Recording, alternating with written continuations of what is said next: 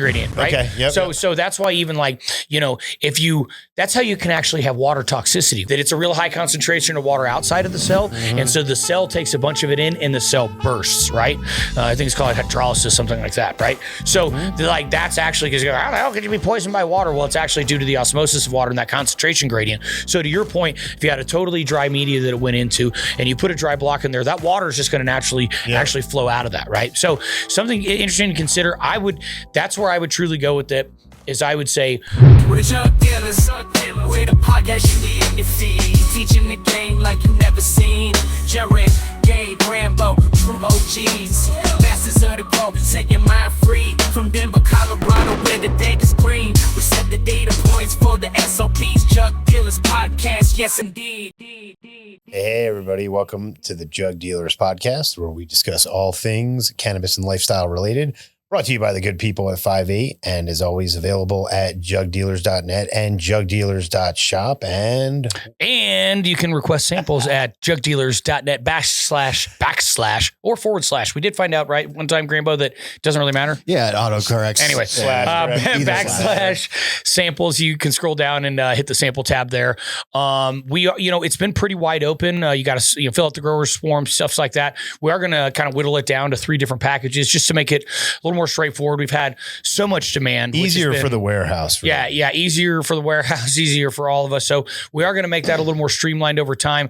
But honestly, that's because of you guys. That's because the requests have been really overwhelming and flattering. And so keep them coming, guys. We're happy to give you a little taste, let you dip your toe in before you dive all the way into the pool, which inevitably, when we get you on the team, you stay on the team.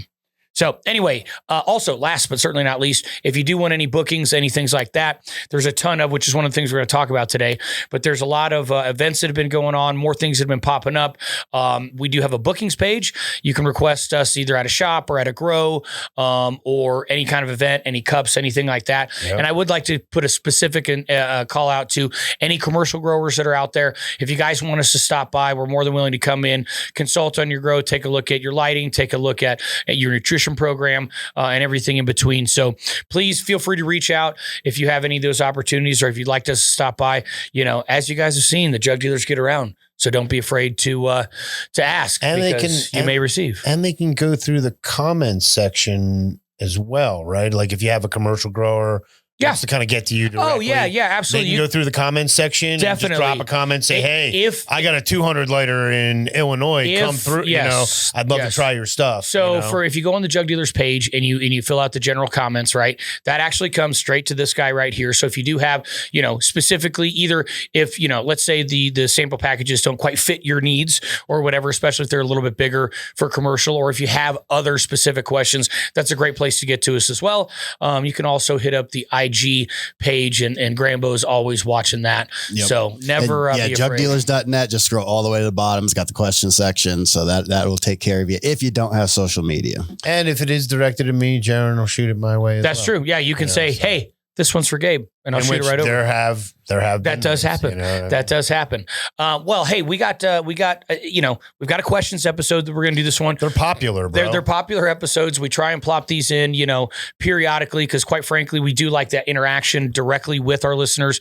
So thank you for all the folks that did put out. GRAMBO's kind of got a running list, so I'm not sure how. I get just a ton of questions. As I put on my Instagram bio, I'm a junior jug dealer. So they'll be like, hey, what's the molecular weight of molybdenum? I'm like, here's Jerin's email. So instead of just doing them one by one, we package them here and put them out as an episode, so that way you guys can be here in this show with us. And I think it's a lot of fun. And we do, by the way, we do all these cold. I like it better like that. We don't pre-read these. We don't pre-study on these. And we just like to rip it, dude. Yeah, all three of us like to do that. We don't read ahead. Just anything we say, we know. In theory, right? So anyway, let's get started. We've got Jason's O, and he's got a great question, I think, to start us off. It is, what's the appropriate ratio of root mass to container size heading into flower, in parentheses for cocoa? How much room should you leave for stretch? How can you check? Specifically to me, Jerin, Why only reg seeds in your grows? There must be a benefit. Thank you, boys. Much love. All right. Well, thank you. I'll let Gabe kind of start with the first part since I guess I was directed on the second part. But Gabe, what do you think about as far as ratio goes? I mean, I'll be honest with you. I like a pretty heavy root ratio. I know there's a lot of guys. I know there's a lot of guys who'll do a root and flip. Kind Bill, buddy of mine. And when he says root and flip, he means root the clone. Yeah. Plop it into the next thing and flip. So he gets big plants. It works for some people. I definitely would never say anything against it. For me personally, I generally like to get, let's say, somewhere in the 2-week range of just having a plant fill out.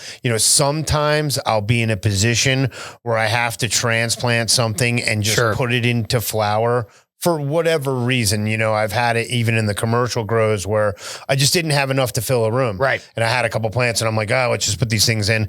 They just never seem to do as well. Now, the one thing I can say is when it's like a block on a slab. Sure. That's a whole different animal. Because it's already like fully rooted and it's not that big a deal for it. Yeah, that's interesting. But because I would say, I'm more like you in that, reality, if I take a solo cup and I put that into a 2 or 3 gallon, right? I'm gonna want that to get to the point where the roots are touching the edges, but just a little bit, but by no means root bound. Well, because by the time me personally, I go into flower, and again, these are really situational, right? But by the time I go into flower, I'm flooding and draining, I'm flooding twice a day. They need to be able to take that. So doing a bill, root a clone and flip, we're going to have some problems there. Right. So, understand these are very situational, but I honestly, without being root bound, I like there to be a good root mass going into flower personally. I'll be honest. So percentage, it might be hard to say, but I'll tell you right now, if I were to pull that out, you're going to see roots down the edges of my pot without a doubt. When he says, "How can you check?" You love this. You always pull them out. Yeah, Jerin's got some killer tech. I've used it in the past before, but like the clear cup, I never loved solo cups. Gene Traders just did a thing where guys are using the potato peeler. Oh my God! I just saw that. Do it on the side. And like, why none of us thought of that? Shout out to Gene Traders. I started drilling them, but even drilling, I hate drilling them. It was like I was like, I can't believe I have all my. I was like, how are we supposed to be taken? How are we supposed to be taken as professionals and we're drilling holes in cups? But like that, the potato peeler I like, and the clear cup inside the red cup tech, which by the way, you can get little 4-inch and you can get clear ones, and that's game, dude. Like, to me, I just like to be able to see that. And for me, so like, I really wanted to reduce transplants. So what I do is clear cup, which you can get a little 4-inch and have a clear inside of a black one. It's whatever. It's cup and cup. That's good game, bro. That's good. If you're learning, you just want to see how things are going.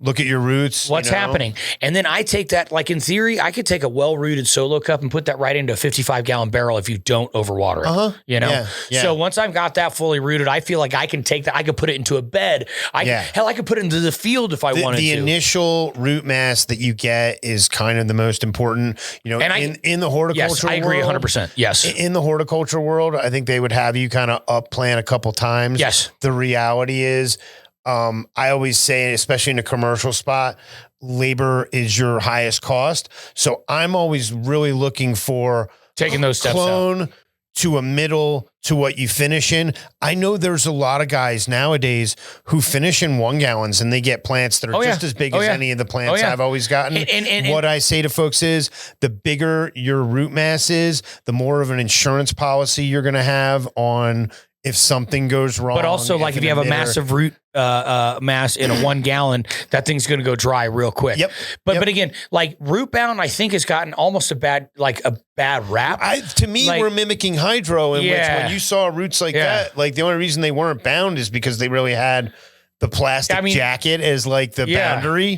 But like when you pulled them up and you saw the white roots, you're all like, yeah, that's sick. As long as you're watering them properly and hammering them and keeping that consistency, like I don't mind having a very healthy root mass. I'm a pulse feed guy, and we've definitely kind of proven over the years that like you want to get some serious weight out of your room, instead of you could feed 1 gallon when you first walk in, or you could feed, let's say 1,000 milliliters and feed the other 2,800 milliliters over an 8-hour period and just do the math on that.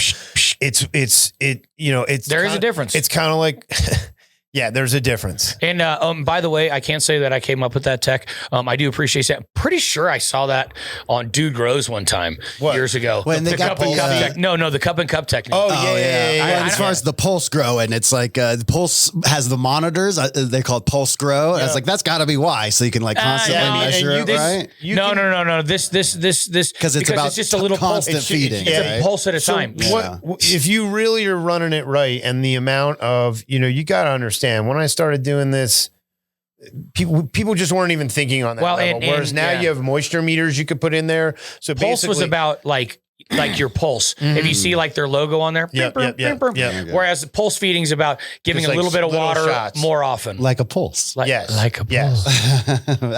Let us know, Pulse. Leave a comment. All right. Okay, so how you can check, literally, don't be afraid. Pull that stuff right out if you have to. And by the way, I know this question was for Jerin, but I don't really care about running regs or fems. It doesn't matter to me. Here's the thing. I mean, I'll tell you right now, and Gabe, and I don't want to go too far into this, but like he's even popped some seeds, recently that had, there were reg seeds that had all kinds of issues, as far as intersex issues and things like that. No, those were femmed. Oh, those were femmed. Yeah, okay, well, femmed. there you go. So first off, I stand corrected. Second off, that's why I say reg seeds. But it was Chem D, Chem 91, Gorilla Glue, which are all bag seeds. They're all three of them. They're bag seeds. Not only which are they bag seeds, all that I love. They all have propensity to have their own freaking issues because they're bag seeds. 100%. So, okay. So I like reg seeds, really, to be honest with you, I also like reg seeds because in truth, the number one reason why I like reg seeds is for selecting for your environment, because I believe whether it's latitude, longitude, your specific room, everything like that.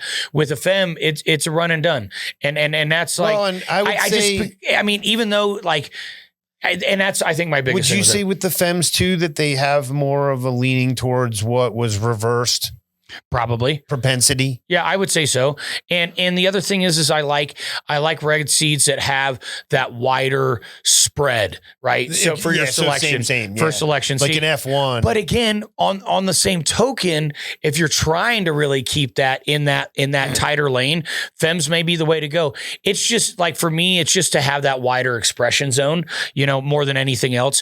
And fems, I don't know, because I haven't done it much. Obviously, in autoflower, you can't take a cut. That's done. But like with taking clones off of cuts, off of fem stuff, I don't have enough experience with it to know, how well that even works out. And maybe that's something that even people can talk about a little bit more. But I know, like, historically, I always looked at it like we were seed savers and Europe was seed poppers, and they popped a lot of fem seeds because they put a lot of stuff outdoor and they weren't going to take the time to necessarily go through and do the selections. Whereas if we were going to take the time, it was going to be indoor and it was going to be a very specific selection process. So you're not wrong there. For me, I say I have nothing against reg seeds, and even jumping at that question kind of over into autoflowers too. Man, it's been interesting to see the stuff that's going on. The evolution over the last, let's say, 8-10 years has been, seeing what guys like Mosca have done. And, and I met Mosca probably 10, 12 years ago. Sure. And Night Owl, and I mean, it's just like, there's definitely, a lot of stuff. So I will say that, I that's why I like reg seeds in my grow. But again, a big part of it is that's where my experience lies. So that's where I'm comfortable, Yep. So there's going to be a lot of people say, oh, I popped so many fem seeds and they're great. And I believe you. And I've got some, you know what? Maybe I should this year pop a few, because I have a bunch of fems. Maybe I should pop a few outside. People give us seeds all the time. Yeah. Right? You know what? You guys are pushing me. Maybe I got to get a little more experience with some fems. All right. So that's question one. Down the hatch. So this next question is from Ken Mitchell 5605. Shout out, Ken. We appreciate the time for asking the question. Yeah. His question is, can you mix soil and cocoa? I threw together a can of cocoa mix, Fox Farm, Ocean Forest, and 4 cups of Builder Soil Craft blended in 13-gallon pots, transplanted 3 beautiful 2-month-old veg plants, and all 3 of my plants died over a week's time. Leaves started to turn black and wilt. Definitely wasn't an issue with too much or too little water. What could have happened? I'll be honest with you. My first question to you would be, had that had that ocean forest been sitting around? Had any of it been sitting around since last season? Because to me, that sounds like a pathogen or a fungus. Well, it almost is like a fusarium kind of thing. Like, whoa, just that's took exactly a dump. Yeah, that's exactly what I would be. Because honestly, clearly, as we're reading into that, and just to prove. We do cold. I had not read that before. Neither one of us. I read it. I read it on the fly there. I'm like, all right, man. This sounds good. The first thing I would have thought. Yeah, the first thing I would have been thought exactly what you said, like fusarium, pythium. Yeah, pythium, something like that. Leaf septoria.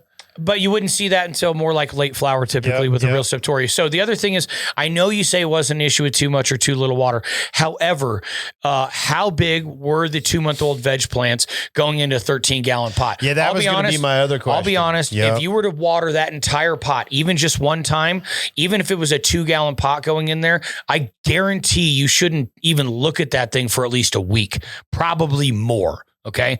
So if you watered a second time in a week, almost from whatever size, I think you could have actually, even though you wouldn't think so, overwatered it. The other thing is when you went back that second time, are you doing, the other thing I like to tell people is when you're going into a bigger pot, maybe don't even water the entire pot, water the plants in. No, that's kind of where I go with it. And the thing you got to understand too, is a lot of times the block or whatever you're transplanting becomes hydrophobic. And then not only that, the wet media around it will actually suck the moisture out of that original block. What was the media? Was it straight soil? Was it straight cocoa? And please feel free, Ken, to reach out, either email us or put in the comments or something, because I'm legitimately curious about this. Or even just like you said, hey, and if you have GRAMBO, right to the seriously, if you have some pictures, that would really help. I actually, Gabe, I kind of think I like where your head's at a bit, because I used to do this like transplanting between medias, and you'd really have to be conscious of that. Rockwool to cocoa that barrier. Is the worst. It's the worst. Because it just sucks the moisture right out of that Rockwool cube, and you'll come in and meanwhile, all you had to do is give it like a splash. And once the roots take, it's go time. So here's the thing too. And the reason that happens is because the osmosis of water moves from high concentration to low concentration. It's called the, something gradient, not click and crate. Anyway, but it's concentration gradient, right? Okay. Yep, so that's why even that's how you can actually have water toxicity. What actually happens is you drink so much water that it's a real high concentration of water outside of the cell. And so the cell takes a bunch of it in and the cell bursts, right? I think it's called hydrolysis, something like that, right? So that's actually, because how the hell could you be poisoned by water? Well, it's actually due to the osmosis of water and that concentration gradient. So to your point, if you had a totally dry media that it went into and you put a dry block in there, that water is just going to naturally actually flow out of that, right? So something interesting to consider. That's where I would truly go with it, is I would say, I want to know what media those veg plants are in, and I would want to know what size they are. If it's the type of thing that had been sitting around, like let's say he's getting ready for spring, and it had been sitting around since the fall, something could have. I mean, yeah, maybe, but I'll be honest. You watch. Depending on pot size and what the substrate was, I think we might have an issue. Is there any benefit to mixing all those soils as well? When I read that, my question is, why from the beginning? I would say that here's the thing. There's nothing wrong with it. Yeah, and I did want to address that, because that was the original question: is there a problem mixing soil and cocoa? And I would say no. I know plenty of people. No. And you even see there's certain bags that are a soil cocoa mix, or even a Terra, or like a peat cocoa. Yeah. You know what I mean? So no, I don't think there's anything wrong with that. The things with Fox Farm that I worry about, or Ocean Forest specifically, is it's so heavy. So the fact that you actually lighten it up with some other stuff, that to me, is a good thing. But yeah, if you can get back to us with those couple of questions on pot size and what you had your veg plants in, I'd love to know. But thank you for your time. Thanks for reaching out. Ken Mitchell, 5605. I'm also curious as to what, if he was growing indoors or anything. Yeah, just reach out. Yeah. These are great questions, though. All right, what are we at? Chad Krivek? What do we got there, GRAMBO? Is Chad Krivek? Polish check, maybe. Yeah, I don't know. We're rolling with it though. I probably butchered it, but we'll give it a shot. Okay, I was wondering if you all could touch on some tips and tricks to not over or underwater in living soil, or just by hand watering and not having an auto watering system. I know it's not a question and more of a topic. I just think it's a good one. A lot of people struggle with it. Any tips or knowledge y'all could drop on hand watering and maybe container size would be stellar. Thanks for all you guys do. All right, I'll start on this. First off, water weighs 8 pounds per gallon. Okay. When you do a full saturation, and first off, I actually think that pot size, I would err on the size of smaller over larger. And that in some ways, because it keeps you more involved in the plants. And one thing I will say, a little bit of liquid insurance, like our Slicium, to make sure that you are reducing any of those abiotic stresses. Never, ever, ever a bad thing. I'll be honest, I would have killed a lot more plants in my life if I didn't have that product right there, right? I call it liquid insurance, reduces any abiotic and biotic stresses. Not going to mess with your living soil, right? So here's the thing. No, it's definitely not going to mess with your living soil. Just because we get that question a lot. There's a lot of people. Thank you for saying that, right? So, for example, if you're going, hey, I'm thinking 3 gallons or 5 gallons, I'd go 3. I'm thinking 5 gallon or 7 gallon. I'd go 5. In general, I would err on the side of smaller. Historically speaking, we used to do these big old pots, but I see more problems than solutions a lot of time with that. You know, in a way, you want to get a certain level of, I don't want to call root bound because that sounds bad, but a certain level of, you know, you want a very healthy root ball because that's where you're actually feeding the plants from all the root hair. So by actually getting to the edges and splintering off and having all that going on, that's a good thing. So anyway, first off, water weighs 8 pounds a gallon. When you water it in that first time, either one, if you're putting a small pot into a larger container, only water the plants in like we just talked about. Yeah. If you do water the whole thing in, pick that thing up. You're going to be like, damn, that's heavy. You're darn right it is. Okay. Now pick it up every single day. It ain't cocoa. And, you know, exactly, especially in living soil. But there's a lot of stuff going on in there too. Yeah. But the point is it's heavy. Yeah. So don't even stick your finger. Don't do any of that stupid crap. Just pick it up. That's the best tip I could give you. And wait and wait and wait. Now here, the thing is with living soil, right? And this is our rule of thumb that we like to tell people. Another nice tip. If you're running in cocoa and you think it might need to be watered, water it. It's fine. Even if you don't think it needs to be watered, like even if you're nervous, just water it. Don't water it. You don't worry about it. If you think that you might need to water in soil, wait at least 1 day, maybe 2. Okay. Like that's how like soil and cocoa. When I went from soil to cocoa, I was underwatering cocoa and I was having problems because I was watering it like it was soil. Right. So my biggest thing is don't grow in too big of a pot because you do want that dry down. Unless you literally are trying to put it in a bed or you're like, look, I travel and I literally want to water 1 time a week. That's fine. Just know what you're doing and only water it that 1 time a week. You know, the one thing I'll say is if you go follow our buddy, the Diamond Mine, I'm not sure if you follow him yet, but like he's constantly posting about those beds. Yeah. You know, and he's at like 60 rounds in those beds. Sure. But his watering setup is like, it doesn't look like it would take that much. And when you start to factor in that amount of time that you spend doing it, whereas opposed to he literally just has, I want to say a hard line to a dosatron so he can inject whatever. And then it just goes to a couple sprayers over that come down from above. They spray down on the bed. But here's the thing. Keep in mind, you have to know it. Like most people are going to kill plants doing that because they're going to overwater it. Almost everybody will. And that's the whole thing. And even like, again, that's not hand watering specifically. Yeah. And Diamond Mine crushes but it. I think my thought I on wouldn't it have is somebody do that. After 60 rounds, he knows how much to water. You know, but that's kind of my point is he's kind of like, oh, when I first transplant, they need 5 minutes at X. Totally. Then I don't fuck with them for 3 days. That's what I'm saying. You know? Dude, even with our cocoa, like if you put it in and you put, you know, something, it's like literally look away from it for a week. And he shares that, by the way. That's kind of one of the reasons I brought him up is because he is a dude that openly shares all that information and, his garden, it rips. It's funny you guys would bring him up. He actually DM'd us a question this morning. It didn't make the list, but maybe we'll have to put it on the list. We can. I know the question by heart. You know the question. Okay. All right. So again, and you know, Gabe, everything you said on that is true. But for somebody that especially is looking, especially who's more of a novice, it's looking to hand water. Wait. Honest to God, if you wanted to have a cheap scale to put them on, if you really want to, I mean, not for nothing too. weight is the You biggest. guys, somebody said make a shirt or not for nothing. But with the Slicium too, it'll help. You'll be able to push your plants a little bit harder as far as waiting for that turgid pressure to drop. And again, take some notes. I used to have a kid that worked for me. I mean, he had a book filled every year of all the notes he took. And it's like, dude, you're going to see which strains, I know the unicorn poop drinks harder than some of the other genetics in my room. I know moving forward how to trellis that thing, how to prune it, how to stake it, how to water it, when it wants. Like, it's the first plant I'm looking at when I go in the room, because I'm like, yep, she's a drinker, just like her daddy. She's a drinker. It's it's funny because, even after we came off in New York, it was like every single one of these in-depth conversations always ends up coming back to strain specificity in one way, shape, or form.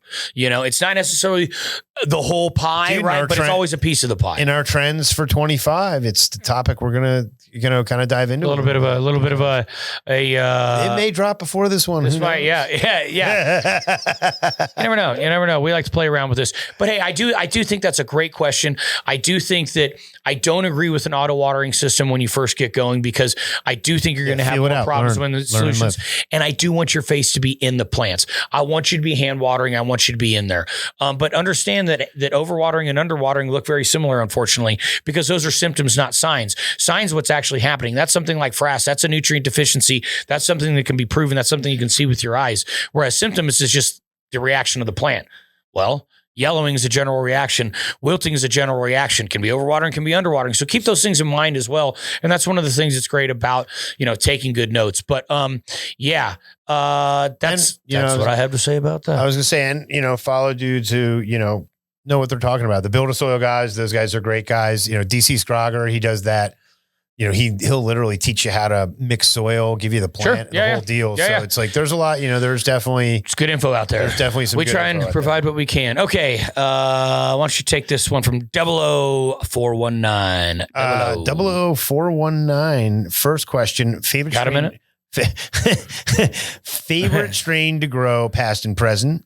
Second question, does the biggest yields you have, what is the biggest yields you've hit in a 4x4 tent? Ooh, okay, gotcha. Do you really need to pH in cocoa when using microbes products such as Recharge, Mammoth P, etc.? Unfortunately, the Mammoth P, I don't know. Well, if you're finding it, it's supposedly putting, dude, but there's Tribus, there's Alliance, there's enough other ones. Yeah. So, go ahead first, bro. Yeah. All right. Number one, favorite strain to grow. I mean, honestly, and because it becomes my favorite strain to smoke, because it can kind of, I already know. Yeah. I mean, it's glue. You're so predictable. Yeah, I know, but it's fine. It's great. Like, it is amazing. It can be a little bit floppy to grow, but when you do trellis it, I mean, you're like, it's still glue. Yeah, it's still glue. Yeah, I mean, I ran for, 10 years. So yeah, I would say that. I mean, I would say, as far as just, if I was to pick one other, biggest yield in the tent, glue. And probably actually GMO is probably the biggest in the tent. Either that or glue. But I would say another one that I actually really have had a pleasure growing is that Pure Michigan. Really, she's really, just it's great structure and just like greasy, good color. I would have swore it was like, a GMO cross when I first had it, which it's the Mendo breath in it. Unicorn poop is pretty cool. I mean, I almost went that way. I almost went that way. It ticks a lot. Like, man, as far as the morphology of it and the structure, like if I had a card and I was rating it, it'd be a lot of 9s. I think I mentioned to you, a lot of 9s. The leaf to bud ratio is like, it's got to be like 15%. Yeah. No, it's clip. Yeah, it's in which in a commercial, even in a home grow aspect, like it's a pretty cool strain. I don't know if it's my favorite strain to grow, but God, it's really hard for me to even I know it's a tough one, but I like the question. I appreciate that. Yeah, being as we don't get these ahead of time, this one actually is kind of what actually one of my favorite strains to grow is from the past, Death Star. The Death Star Ohio cut. that really like that genetic and specific. Somebody was supposed to send that out to me. I think it was talked a listener. to somebody at a show that said not only that, we had a listener in and Michigan. I'm gonna have to get back we at bumped into that dude that had it, but we need the Death Star, folks. The Death Star Ohio cut, by far one of I've always said good call. I've always said it was probably one of the more perfect hybrids in the fact that it was both sativa and indica leaning. Like you really, and I know we go back and forth on the whole sativa indica thing, but so here's what I would say. Here's what I would say. You got me thinking after you're done. Here's what I would say is it was really uplifting. And then like an hour and a half later, you were just really ripped. And you were at the point where like with most other flower, you'd be going and smoking another one. But this one, you're just like, oh, I'm going to dig on this. So there's two that come to mind. I won't spend a whole lot of time on them, but one of them was Shishka Berry, which is a classic New Mexico strain. I haven't heard that one in a while. Well, you got me thinking. Yeah. So for past Shishka Berry, a couple of reasons. One, the smoke was fantastic. Yeah. Okay. It was like cookies before cookies. Yeah. Had those little berry buds, dude. I'm picturing it on the plant because it did have like kind of a the other cool thing about small bud appearance. And that was shout out to the homies down in New Mexico. You know who you are. That was one of the first strains I ever grew and flowered in 45 days too. Like that was like what? I mean, a whole other grow. I mean, it was like, and it was ready. So Shishka Berry, and then one of my other buddies, a FOCO buddy of mine, again, if he's watching, he'll know who he is. But we had this OG cut for a while, and it was the best OG cut I have ever had. And the smell I would describe on it, we would get these big old fat buds off of it. We really dialed it in. So one of those ones, again, when you talk about phenotypic expression, we were running it under Daystars and Radiance. We were running it in soil and big pots, big plants, old school Colorado style, right? Smelled like a pile of Skittles with gas thrown on it. And like, dude, we were absolutely slaying with that. And that, it's funny. We got it, if I remember right. And I'll have to ask my buddy. It's like the LMNOZ. Seriously though, I'll have to ask my buddy. I'm pretty sure we got it as a Maui Wowie cut. I mean, that's how hilarious. Okay. And we ran and it's like, we don't know what this is, but even like, this is old forum days. He was like bringing it around to some of these meetups and like everybody agreed it was a super dank OG, but we never knew exactly what it was. And then last but certainly not least, there was this old cheese cut I had for a while. Oh yeah. Cheese is always fun. It's pretty unique. I used to tip all the bartenders in Fort Collins with cheese nuts. You'd open that little jar and there'd just be a tiny little nug. Boom. The entire bar is just blown out. It's funny, the question. So good days, good times. Present. So that's me. Present. I'll be honest with you. One of my favorite to grow right now, it really is that unicorn poop. I think it's sick plant. It's just a fun plant. Like you said, it ticks so many boxes. It's just a fun plant to grow. It really is. And that is like, sophisticated lady cross GMO for people that don't know. And I want to say I believe that's Stug Bug. Pretty sure that's Stug Bug. It's just a fun. In fact, I know it's Stug Bug. I can see the orange packet in my brain. It's got the GMO terps. Again, just a fun plant to grow. If anybody wants to send me a cut of that LMNOZ, though, I am game because no problem. We'll take it. I think that is some of the best herb I've seen in quite a minute. Congratulations! And we taled about it on the New York show. Congratulations to Ryan and Mike and Smo and all those guys, dude. One of the biggest yields I've gotten in a 4x4, surprisingly, and I haven't grown intense that much. I really haven't. I've always kind of been. That's definitely a little more my alley. Room guy, but the member berry. I did a member berry in a tent by itself. Throw down. And I mean, it was throw down town, dude. Like it was the thing just, and I can't remember if Telly made the hash, but the hash on it was just, I think I brought it in. Banana. Yeah, no, I remember it was just fantastic. Dude, it was just terps. Fantastic. Terps on terps on terps. It was fantastic. And something about, Colin's always been a big supporter of New Millennium. Colin's gear and New Millennium, they kind of go hand in hand. So I mean, even like I was like, man, I could see why people grow intense. Sure. Well, and I always used to do, I've ran 4x4s and 5x5s.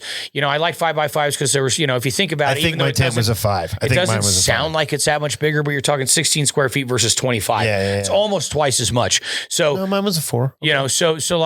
But I love the intensity of a 4x4, right? And I used to run 4 plants per tent, partially because of numbers, reasons, and things like that. Those things, Oh. So I could usually pretty easily pull off, and this is with larger plants, 4 in a space, right? So again, I'm a pretty big believer in the amount of light that's coming out. It's the amount of light coming out. I don't care if there's 4 or 40 plants in there. You're going to get a pretty similar. And I've seen results without going into a whole lot of details. So it's about 8 to 12, CO2 per sugar fix. Anyway, pretty linear relationship. But however, if you're doing 8 ounces of plant, that's 2 pounds in a 4x4, and I could definitely. Truth be told, I wasn't always taking, a lot of measurements and whatnot, but I could easily slam out 2 in a 4x4, 2+, and that's with really, high quality top shelf. Not bad. I'm always really impressed. I'm not going to lie. I spent a decent amount of time ripping on people with tents, but I've changed that tune for sure. Hey, look, we all have to learn. And I've definitely had some people who I've been just blown away by what they can do in a tent. Totally. No, and look, every environment's different. Everything's a little bit different. You change one variable, it's going to change all the others. We have this talk all the time. Last but certainly not least, from 00419, do you really need to pH in cocoa when using micro products such as Recharge, Mammoth, etc.? Me personally, yes, I do like to pH. I'll be honest with you. I think one of the things that really took my growing to another level was consistent pH. And so that's always consistent, going the same. I have a pH doser that as it naturally rises, it'll get a shot it down. There has even been, Blue Lab did a study years ago showing, everywhere from 4 every half. So 4 pH, 4.5 pH, 5 pH, all the way every half, all the way up to 9. Understand, what does pH stand for?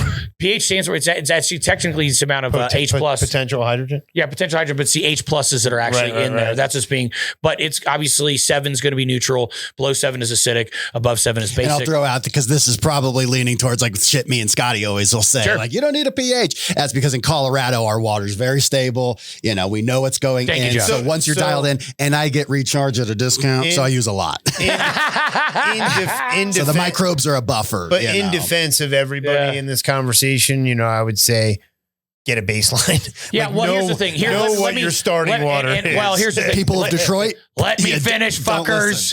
Like, I was in the middle of a goddamn... I'm going to interrupt you for once, damn it. Fucking for once. Give me a break. Anyhow, let me go back to what I was saying that will actually explain everything that everybody was trying to say, but in a little more eloquent and scientific manner. So bottom line, they did a test that was saying they did every half a pH, but did it consistently, and then it had an unpHed one. And when they were using it, I don't remember what the exact plant was, but the reality is even at an extreme of 4 or 9, if they were given that every time, that actually performed better than the control unpHed one that would get it on a random depending on what was on that day. Does that mean that the green guys? So what it means is that give it to it consistently. I don't care if it's at 5.8. I don't care if it's at 6.5. I don't care if it's at 7.2. The problem is the plant can't adjust from day to day to day. You can't give it a 9 today, a 6.5 tomorrow, a 4 the next day. Consistency is key, and I promise you, you're going to want a pH in cocoa. And Josh makes a really, really good point. We have some of the best water here on the Front Range specifically. Really, even New Millennium is pH perfect. Our buddies basically in Spain, didn't he say his starting water was like... That was ridiculous. Like 1,000 parts per, like something insane. But I also will say, people will assume clean in Colorado. There's a lot of people that live in areas that have been mined and stuff like that. So if you're up in the mountains, that's not necessarily always the case. I've also grown on well water here in Colorado with excellent, excellent results. But source water is a huge deal. So look at your source water, but you're right. And, if you know what your source water is, it's a lot easier because again, nutrient companies, doesn't matter if it's us. I say that about, people all the time. They have engineers that don't want you to fuck it up, but they don't want you to fail. They do not want you to fail. They also assume that your starting water is 7.2 or above which Gabe has always been a great job of bringing this up. It's a municipal water source. That's municipal water source. It can't be acidic or it would eat on the pipes. Yep. So almost regardless if it's municipal water, it's going to be around 7.2, 7.5. East Coast is a little different, man. Everything's different. And not for nothing, just because the source water to your curb is good doesn't mean the pipes going from the curb into the house are good. Yeah.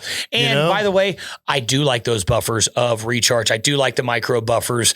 I do agree with using recharge, mammoth, tribus, any of those kind of microbes. I mean, reality is even like, it's very interesting. Like when I'll do a mix of New Millennium, first few days, it's got a pretty like swampy, danky smell to it.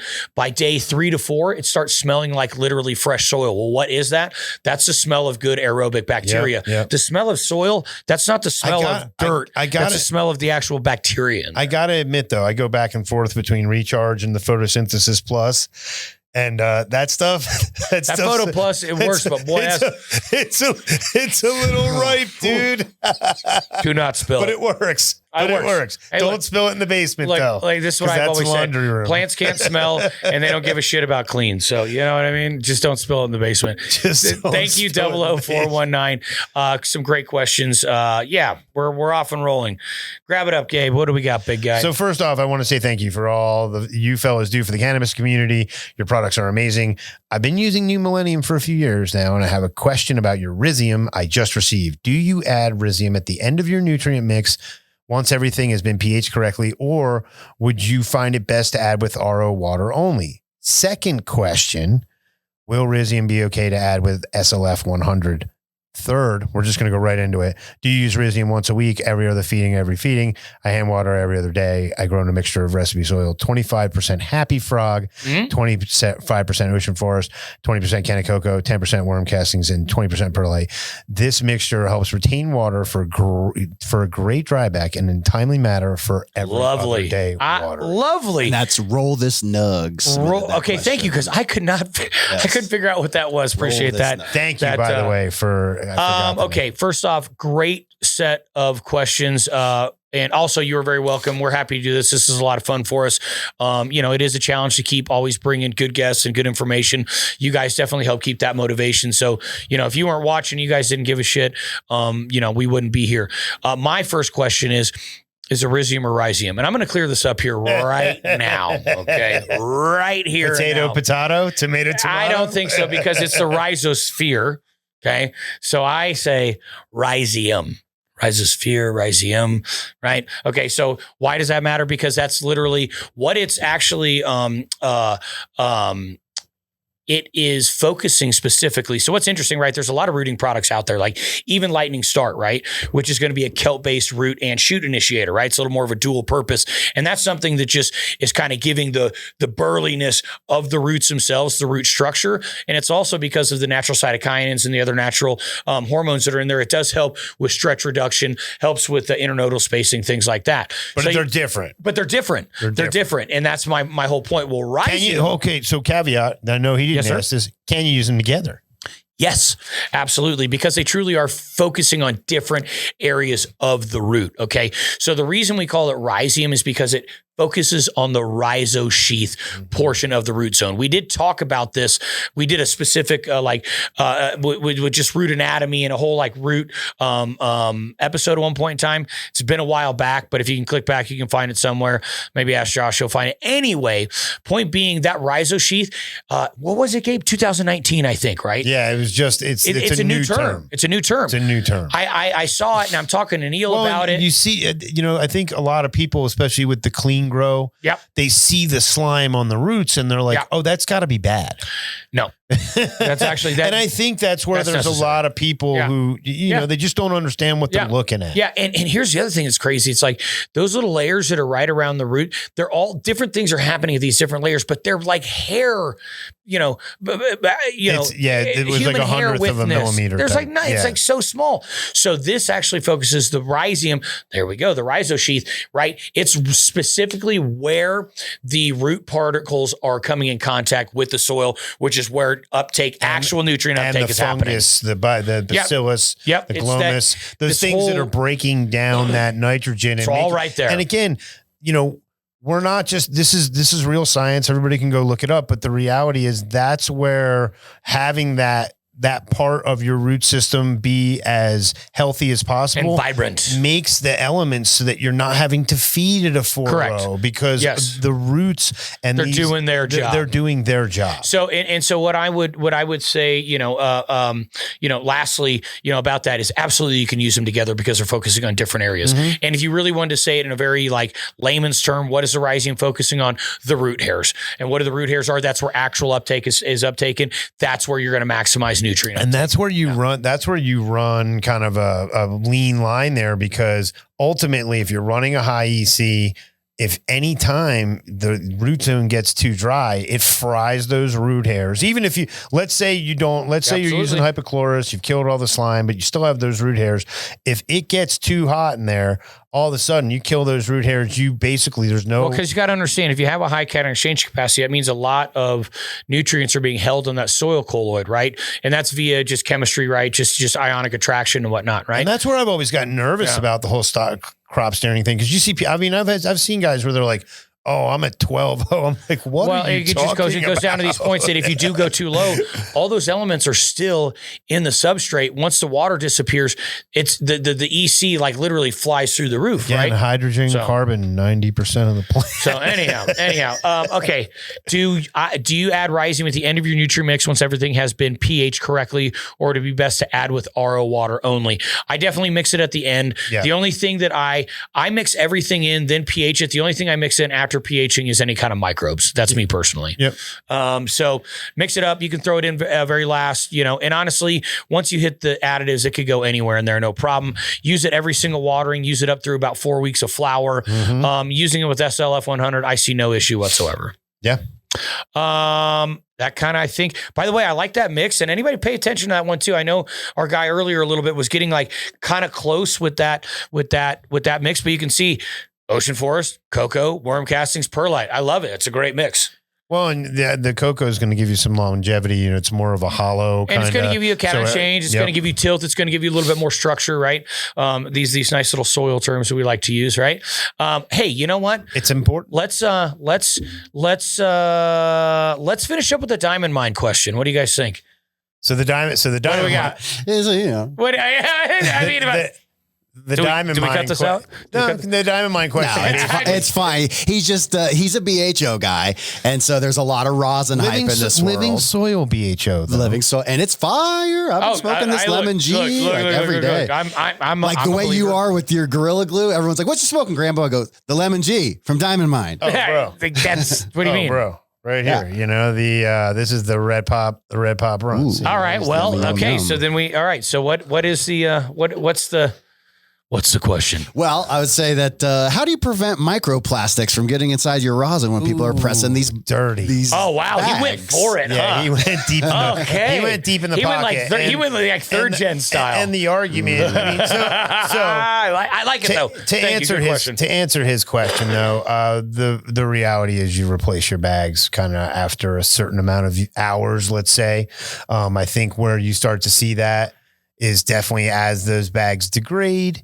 That's what I wonder over time, right? Yeah, because there's probably going to be I think when you first get them, just like anything else, they're probably, and I would say there's probably guys in the industry that are addressing it. More to his point, there's no microplastics in butane. Yeah. So there's a little bit of snark, but a little bit of science too. And awareness. Just know your rosin isn't as clean as you think. Yeah. And it's only as clean as the garden it came from. So if they had some type of pest, pathogen, whatever, it's going to be along for the ride. And actually, I lied. We're going to do one more just because I've seen this last question, one. The one that's right there? Yeah, the top one, because I think it's a good one. Chris Robertson Fishing, $48.95. We've got a winner. We've got a winner. Okay. You made the last one. You made it in because I did like this question, right? And I get it a lot. How long will New Millennium last in a reservoir? Can I add to his question? Please do. Depending on agitation style. Well, I was going to go into that. Yeah. Okay. I like air that. Yeah. or mixing. Okay. So I'll start. Me personally, and this is actually, I've always done the full secret sauce recipe in a 55-gallon barrel and recirculate it, right? So you're getting a natural rise in pH. To be clear, when I start at 7.2, because why not just go through it, and I'm going to mix everything in, it's going to dive down into about the low 5s. I'm going to pH it up to 5.8. And then at that point, once it recirculates through, it's going to get flood twice a day. It's going to come, it's naturally rise. And then I have a pH doser to keep it down at that 5.8 level, just to kind of avoid any questions that might come in. So I like to use a recirculating pump in there to keep it constantly mixed. Why? Because we do have particulate matter in there. There's a lot going on. I also like to proliferate and keep that water tension off the top broken so that you can aerate that water constantly so that you have, good ability for aerobic bacteria to proliferate through the mix. I also don't like pulling in air through an air stone, which I used to do and a lot of people used to do. 1, pH issues, and 2, man, I'm pulling anything that happens to be in the air right into my tank. So I just don't like to do that. What about, so one thing I've seen is the air and carbonaria don't really play as nice. Like if you're mixing as opposed to aerating. I could believe that because even with mixing, dude, you throw that carbo in there, the microbes love it. And by the way, that's not, love it. That's an appearance thing. Plants don't know what clean is. If at home, I hand water with a iced tea pitcher, 1 gallon a day. So, I mean, in that respect, same thing with the home garden. If I'm doing I'll have automated feed from the hose, but if I'm feeding them, I'm going to do it with a pitcher in which a lot of times, and this is for me, look, anybody who tells you that you can't use New Millennium in a commercial building is full of shit. They don't know what they're talking about. True. The reality is I design buildings around being able to use New Millennium in the building, in which what I do is I make batch tanks that are basically exactly the size of the room that I'm feeding. Sure. I make that juice. But you got to plan for that. I use that juice, and that way, I don't have juice sitting around. And the reality is, agitation, I would say you probably have 3 to 4 days, maybe 5 days. Oh, hell no, bro. You go longer? I've ran it for like 12. Yeah. I ran it. Here's the thing though. Think about it. It's actually coming from a bunch of pieces. It's kind of like an extract when you actually get an aged hash. Yeah. I mean, you're going to see fallout, but as long as you see it's a bunch of separate pieces, and then over time it becomes one. So even when that change in the smell around day 3, it's become one now. With carbonaria, it's better with carbonaria for damn straight. Days? Now here's the thing though. I'm going to tell you right now. Can't use an air stone like that though. Nope. I'm going to tell you right now. In recirculating, so take note before I started using carbo, because carbo was the last piece that we put in the line, right? Before I started using carbo, because we didn't have it yet, I would, you got the sponge inside your recirculating pump, right? I would only have to break that whole thing down and clean it out between runs. Once I started using carbo, every tank. Yeah, no, trust me. Because I've cleaned 1,000-gallon tanks. Let's just say this. We all know you can look at the bacteria issue. All biofilms that's just bacteria hanging out. They love hanging out together. If they're there and they're proliferating, it's going to get slimy, and that's a good thing. And for the irrigation guys, there's ways to shock your lines. I always recommend to people, if you're using New Millennium with irrigation, don't use those puny 1 gallon per hour emitters. At least 2 gallons per hour, please. At least a 2, use a 3. Don't be afraid to use them. And don't be afraid to hand water in some certain things. Yeah. So like that carbo, maybe you don't want to put it in your tank. Just hand water it in once a week. Maybe you do a tease once a week, something like that. Why don't you just tell people about the carbo? Well, yeah. Well, it's not just it's for everything. It's for everything. It's for like everything. Frank's Red Hot. You put the shit on everything. Now, here's what I will say. So in a recirculating tank, which I do for flour, I run it till it's gone. Unless something weird were to happen, like, I don't know, the pH, it's like something. I'm not as cool as you. I don't have a reservoir that will last 12 days. Well, that's the only way I can travel. Now, I will say this for my veg. Dude, I mix that up. It's 6 gallons. I water it until it's gone.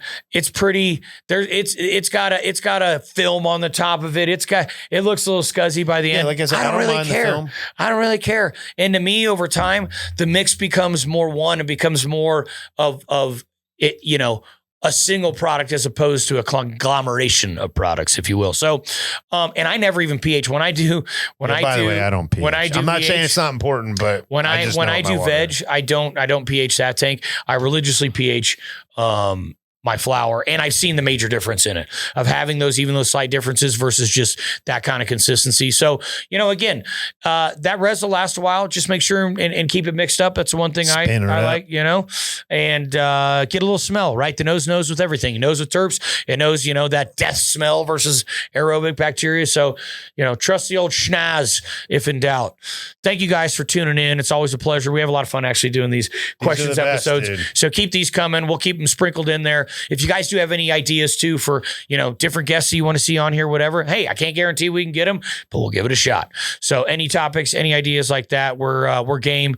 Thank you guys so much for listening from the Jug Den. Until next time. Peace out.